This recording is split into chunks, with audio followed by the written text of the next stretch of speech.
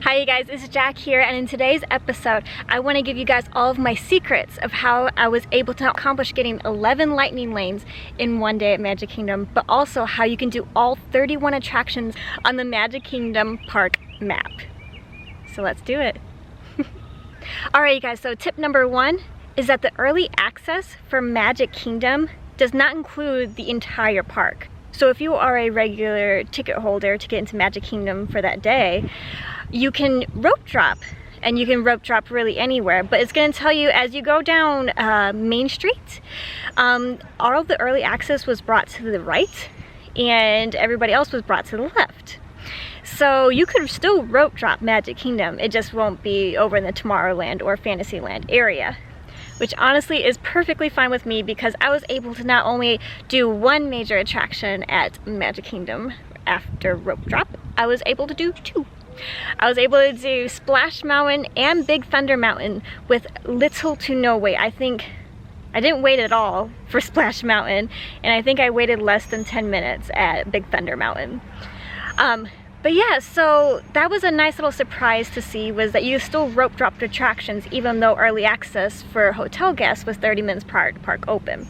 My second tip for you is if you're gonna do Genie Plus, that is what I did for my day to be able to do all 31 attractions. But go ahead, get Genie Plus. It was $15. I wouldn't necessarily recommend it if you don't plan on using it a whole lot, but it helped me out entirely. Like I said, I was able to get 11 lightning lanes throughout the entire day. And that's not even including the other lightning lane, the paid one for a Seven Dwarfs Mine Train. So I did pay extra for that, which you can do, but you can't do it until you're at the park if you're a regular ticket holder and not staying at the hotel. So get your lightning lanes at 7 a.m. Do not wait past 7 a.m. because the times go by extremely fast. I was able to get Peter Pan's flight, which is normally about a 70-minute wait at least, and I was able to get it for 9:45, so 45 minutes after park open, which was perfectly fine for me. But here's my thing. This brings me to tip number 3. Is that if you were to get a lightning lane first thing in the morning, 7 a.m., try as hard as you can to not get anything that's more than an hour outside after park open, because you want to be able to get another lightning lane fast. So if, let's say Big Thunder Mountain, it was 7 a.m., now it's posting noon. Well, now you have to wait 2 hours before you can get another lightning lane, as opposed to, luckily I was getting there right at 7 a.m. I clicked it, it went by so fast. It originally said 9 a.m., then it brought to 9:45 a.m. I got that one, and then I was able to not only, like I said, get Splash Mountain and Big Thunder Mountain, but I was also able to go quickly over to Peter Pan's flight 5 minutes before the attraction was available, because you can go in 5 minutes prior to your scheduled lightning lane time. And then once I was in line, I was able to grab my next lightning lane. Now here's my tip number 4, is that you do want to get your most important lightning lane first. I knew whichever one I would choose, I wanted to choose the one that would probably have the biggest wait time for me, and that was most likely Peter Pan's flight. So I went ahead and got that one first. Make sure whatever lightning lane you choose is the one that's most important to you, that you know will have the longest wait, and then do that one first. And then here's my next little tip, is tip number 5. Any lightning lanes you get after your first one, go ahead and get the ones that are the next available time. You know, let's say that if it is the Pirates of the Caribbean ride, let's say it is 3 o'clock, and then that lightning lane was available at 3:20. It's posting a 50-minute wait, and there's some other lightning lanes for some bigger attractions. Yes, that's okay. I would advise you probably not to do that, and I'll explain why later. But go ahead and get maybe some attractions that do have lower wait times or have lightning lanes that are basically available the moment that you book it, because then you're skipping that 50-minute line, like I said, for Pirates of the Caribbean, and you're able to book another lightning lane like that. So that is my tidbit. Don't wait too long. Make sure whatever lightning lanes you do get beyond that are not much long after you actually book them.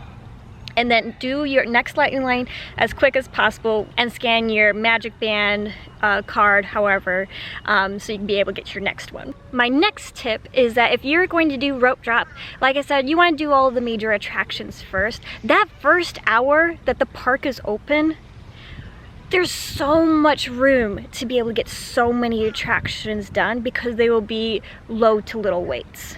I mean, I will even say within the first 2 hours that I was in the park, yes, I did use some lightning lanes during those first 2 hours. I was able to get done 7 attractions within the first 2 hours of park open.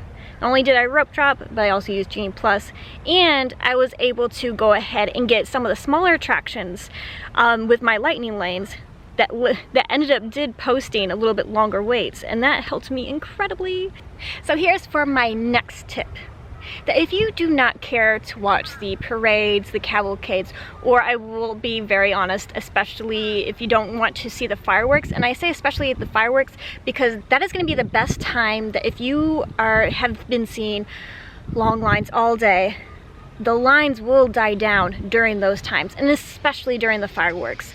Almost all the attractions during the fireworks have maybe 20-minute wait or less. I mean, guaranteed it can depend on the day, but from what I experienced on the day that I went, it was a busy day. It is in the summer, and there was no waits. It was a walk-on to everything during the fireworks especially. Now during the parades and cavalcades, yes, it will die down a little bit, but it doesn't necessarily mean it's going to be a walk-on like it is during the fireworks. For my next tip, I do advise you in researching it before you go, but if you know it's going to rain, like on the day that I had it, it said it was going to rain from basically 2 till the end of the night. Now the weather did change for me throughout the day, and that's the funny thing about Orlando is it will say it's going to rain, and then sometimes it doesn't, and sometimes it won't say it is, and then it does.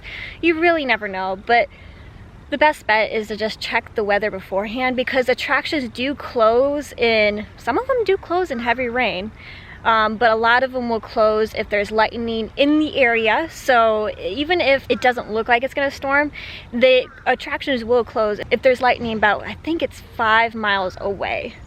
So it's due to safety, but if that's the thing, if there are any outdoor attractions that you want to do, I would say go ahead and do it while you know it's going to be good weather. That way when the bad weather comes in, you're able to do any of the other indoor attractions. This was kind of interesting for me, and this goes to my next tip, is that there are some attractions that close early. And I'm going to go ahead and list them right now for you, just very quick. The attractions that do come early are Tom Sawyer's Island. That one closes at 6 during the time that I am recording right now.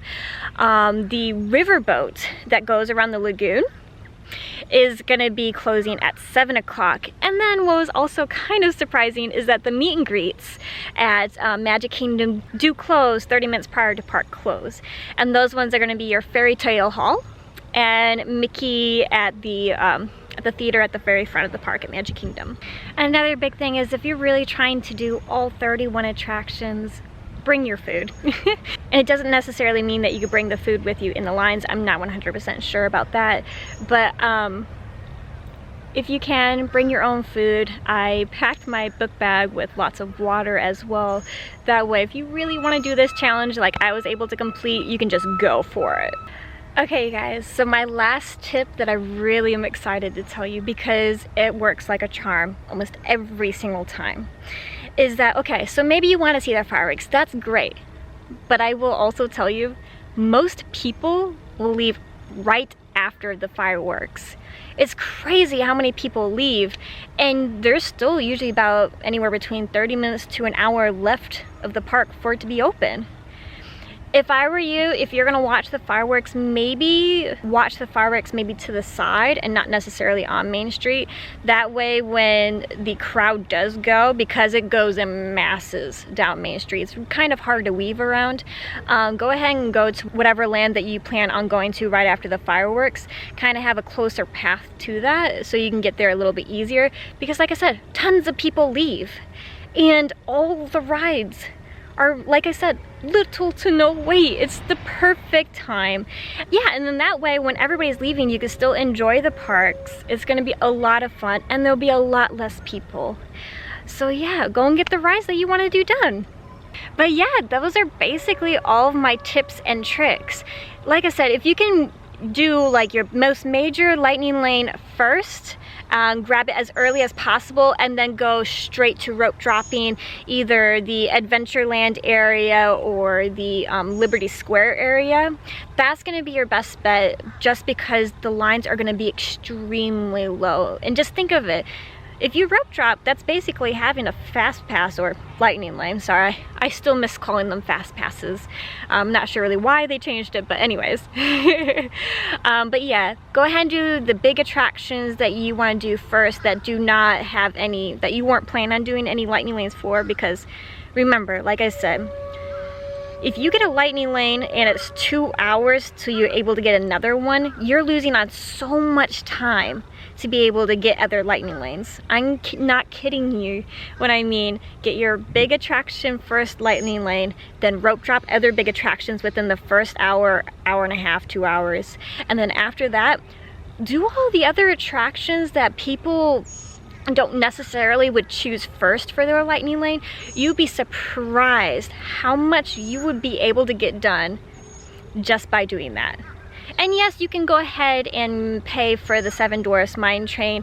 I didn't do, I think it was necessary, no, because even with doing all 31 attractions, I left the park early, which was crazy. But I mean, I just could not believe how much I was able to get done. But I was just booking lightning lanes left and right, because if you get it and then it's ready within 15 or 20 minutes after you booking it, you can get another one. And I will not kid you, I did not wait in lines longer. Okay, let me take that back. I have waited in 2 lines that day. One of them was for 45 minutes, which was Astro Orbiters, which is always gonna have a long line. And then the second one was for Mickey, which was 30 minutes. All the other attractions that I did wait on, I kid you not, it was like maybe 20 minutes or less. It was so great. But it's because how I planned my day and how I prioritized it. And like I said, if you didn't get it to do any of the other major attractions in the beginning or middle of the day, do them at night when the fireworks are going. It is a walk-on, almost a walk-on. Well, I hope you guys enjoyed this episode and enjoyed all those secrets and tips that I shared. So I'm probably going to try and do the other park challenges by doing them all in one day as well. We'll see. If you guys enjoyed this video, go ahead and give it a huge thumbs up. If you want to see more videos like this, go ahead and click that subscribe button. Until next time, you guys. Bye.